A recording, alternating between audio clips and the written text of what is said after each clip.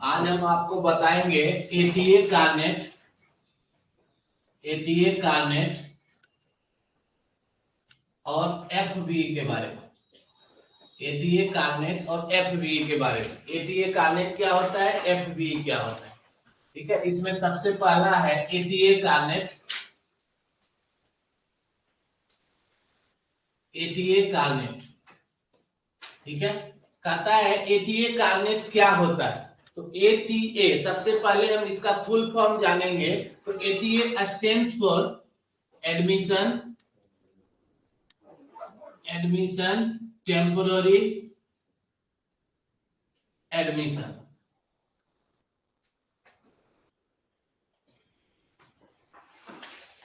Admission temporary admission, इसका विस्तारित नाम जो है वह एडमिशन टेम्पोररी एडमिशन।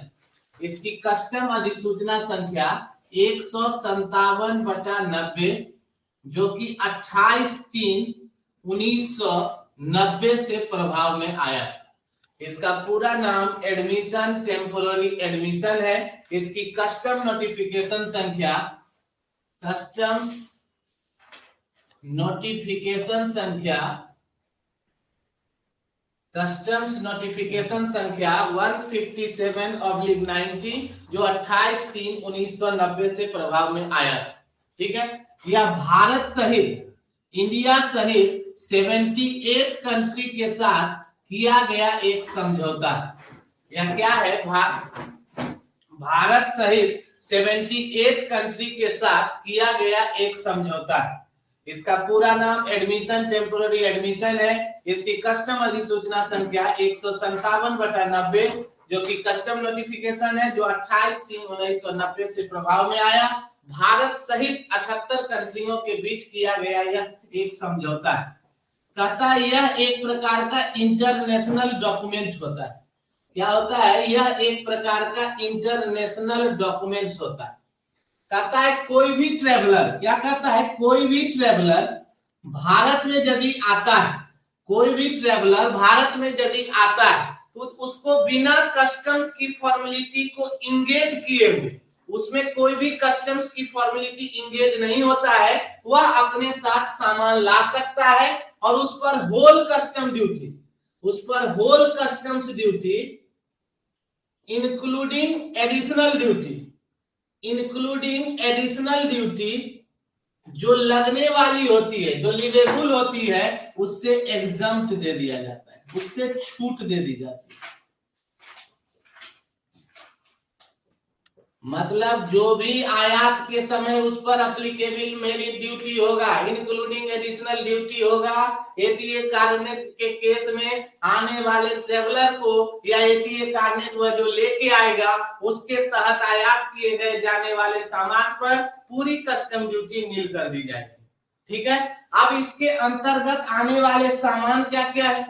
कहता है कोई भी डिमॉन्स्ट्रेशन, डिमॉन्स्ट्रेशन फेयर, एग्जीबिशन।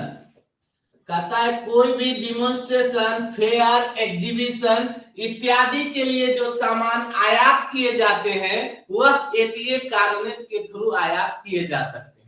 ऐसा कोई भी सामान जो डिमॉन्स्ट्रेशन, फेयर, एग्जीबिशन, डिस्प्ले इत्यादि के लिए जो सामान आयात किए जाते हैं वह किसके तहत आयात किए जाएंगे, एटीए कार्नेट के तहत आयात किए जा सकते हैं। कहता है जो एटीए कार्नेट होता है इसके अंतर्गत 3 फाइल होते हैं। क्या कहता है, इसके अंतर्गत 3 फाइल्स होते हैं। एक का नाम एंट्री, एक का नाम काउंटर और तीसरे का नाम एग्जिट होता है। कहता है इसके अंतर्गत 3 फाइल होते हैं।